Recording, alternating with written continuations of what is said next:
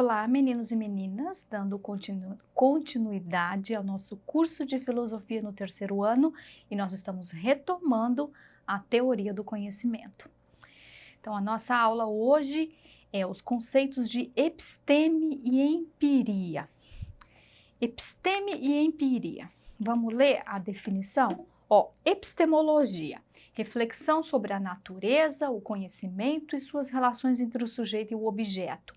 Teoria do conhecimento, subárea da filosofia que se dedica ao estudo do conhecimento humano, buscando defini-lo, determinando suas fontes, que seriam a percepção, a memória, a razão. Então, episteme no grego significa conhecimento e logia é estudo. Então, epistemologia é um estudo do conhecimento, é a teoria do conhecimento. O que é conhecimento? Quais são as formas de conhecer? Conhecer é através da sensibilidade, é a realidade que eu capto através dos sentidos, a visão, o paladar, o tato, o olfato, é o mundo material percebido sensorialmente ou é o mundo abstrato?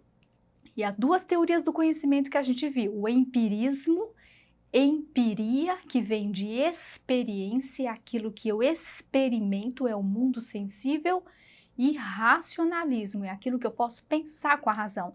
A matemática, por exemplo, é um tipo de conhecimento científico que tem como base o raciocínio puro. Os números, eles não existem na realidade, as quantidades existem, nós podemos quantificar os objetos materiais.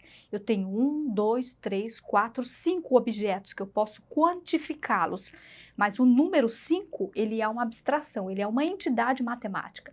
Então, há duas teorias do conhecimento e hoje a gente vai se deter no empirismo. O que é empirismo?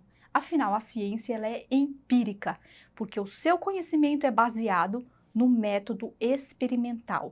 Eu tenho que observar, eu tenho que raciocinar, eu tenho que sistematizar uma teoria e eu preciso comprová-la na experiência. Esse é o trabalho de um cientista. Então, na teoria do conhecimento, o que é conhecimento?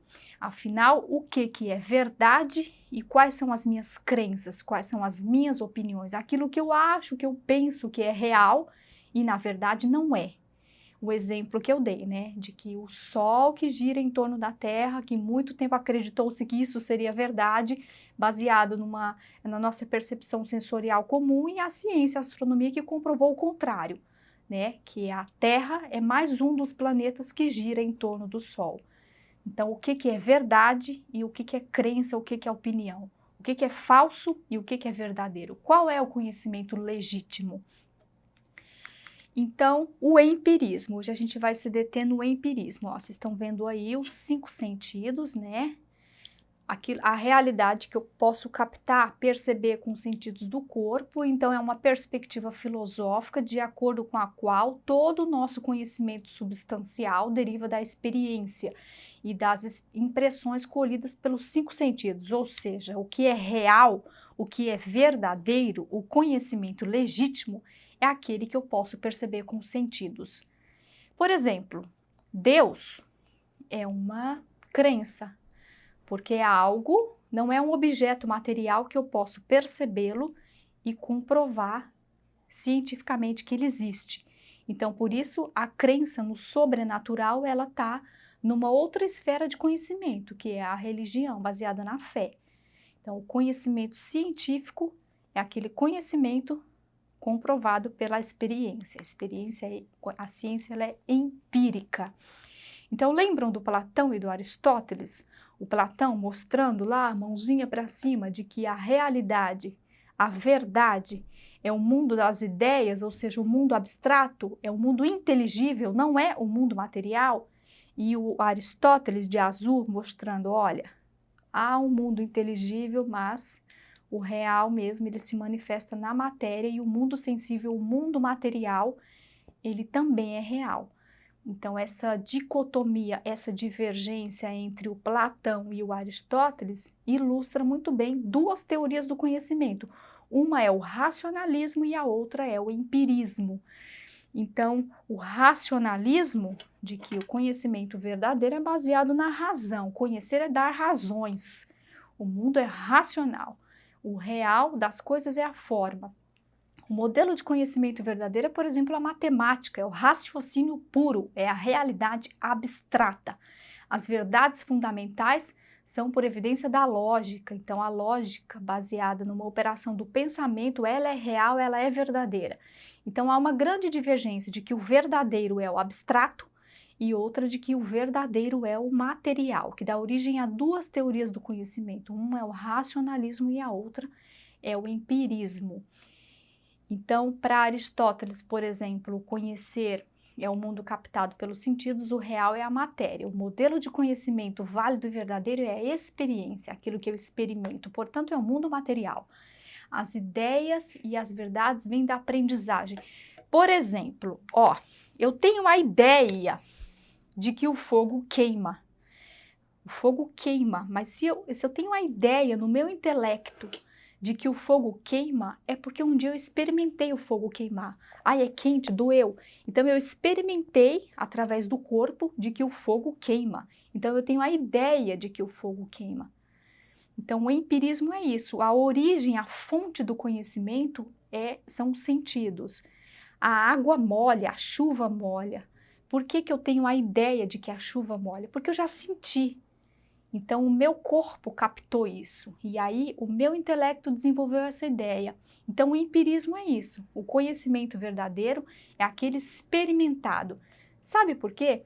Porque o conhecimento racional, diriam os empiristas, ele pode ser simplesmente imaginativo. Eu posso imaginar, eu posso criar ideias, como por exemplo a ideia de Deus, o que seria uma fantasia, o que dá origem à teoria materialista. Essa é uma teoria do conhecimento que dá origem a uma corrente filosófica chamada materialismo, segundo a qual o mundo real e verdadeiro é o mundo material. E uma outra corrente filosófica de que idealismo, não, o mundo das ideias, ou seja, o mundo abstrato, aquele mundo que não é material, o mundo das ideias de Platão, ele é verdadeiro. Então vocês estão vendo essa dicotomia entre racionalismo, abstração inteligível e empirismo, que é o mundo sensível material. Então, empirismo, a origem das ideias no intelecto vem da experiência sensível. As minhas ideias, elas são produto da minha experiência. Então, aqui, a ciência é empírica. Tem um filósofo para resolver essa divergência entre racionalismo e empirismo. Nós temos Kant, um grande mestre da filosofia moderna, que cai muito no Enem, devido à importância desse filósofo, que ele diz, se os racionalistas acreditam que o verdadeiro é o abstrato e os empiristas acreditam que o verdadeiro é o sensível, ele falou, os dois estão certos. Por quê? Investigando quais são a nossa capacidade de conhecer, ele mostrou que a nossa razão, ela meio que decodifica os dados da experiência. Então, eu experimento os objetos materiais, a percepção material, e a minha razão decodifica esses dados. Então, o conhecimento ele é tanto material quanto racional, ele é tanto sensível quanto abstrato, porque a razão, ela decodifica os dados dos sentidos. E tem mais, Kant, nessa obra clássica chamada A Crítica da Razão Pura, ele mostra quais são os limites da razão. Então, a razão, que é a ciência, ela só pode fazer ciência, produzir conhecimento verdadeiro do mundo material, porque ela só é capaz de decodificar os dados da experiência. E sendo assim, Kant não só fundamenta o conhecimento científico e filosófico, como ele mostra também os limites da razão, mostrando que a metafísica, aquilo que está além da física, por exemplo, Deus, as entidades metafísicas estão além da razão, então elas não podem ser pensadas pela razão, portanto não é um conhecimento científico, mas ele não diz se é verdadeiro ou se é falso, ele só delimita os limites da razão. Com a razão eu processo os dados do mundo material e eu faço ciência, e a ciência é verdadeira, mas há algo além que a razão não consegue captar, e isso é a metafísica. Então a diferença entre física do mundo material, onde eu faço ciência, e a metafísica são coisas das quais eu não posso comprovar, então eu não posso dizer se é um conhecimento verdadeiro ou não. Então a maestria de Kant é essa, onde ele mostra os limites da razão, da ciência, da física e da metafísica, que seria a religião. A gente estuda muito Kant porque ele cai muito no Enem. Agora, para você ver a importância de Kant, a revolução que Kant faz na teoria do conhecimento, isso é tema de muitas questões de vestibular e do Enem, eu trouxe uma questão para vocês. Olha aqui, ó. Na sua obra A Crítica da Razão Pura, Kant formulou uma síntese entre sujeito e objeto, mostrando que, ao conhecermos a realidade do mundo, participamos de sua construção mental.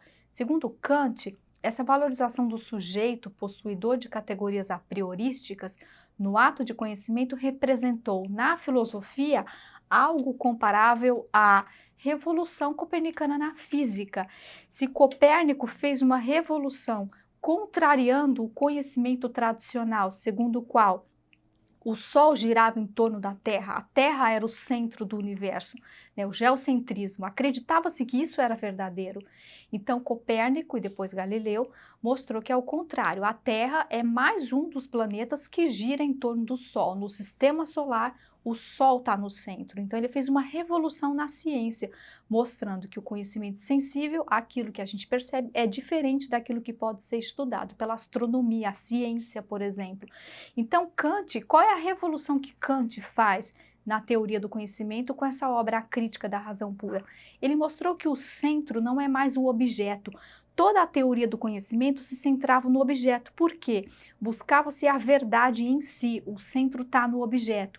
E Kant, resolvendo essa divergência entre racionalismo e empirismo, ele mostrou que o sujeito é o centro do conhecimento, porque é o sujeito que percebe os objetos, decodifica e produz conhecimento através das categorias da razão. Então, Kant é essencial para a gente estudar. E o pensamento kantiano na teoria do conhecimento produz uma revolução, mostrando que o objeto não é mais o centro do conhecimento, e sim o sujeito cognoscente, o sujeito que percebe. É o sujeito que percebe, os sentidos percebem, a razão decodifica os dados dos sentidos e produz conhecimento racional, conhecimento científico, conhecimento físico do mundo material. Porque o conhecimento metafísico, aquilo que está além do mundo material, a existência de Deus, por exemplo, é um objeto metafísico que não pode ser percebido pelos sentidos, portanto não pode ser decodificado pela razão e não pode ser conhecido racionalmente.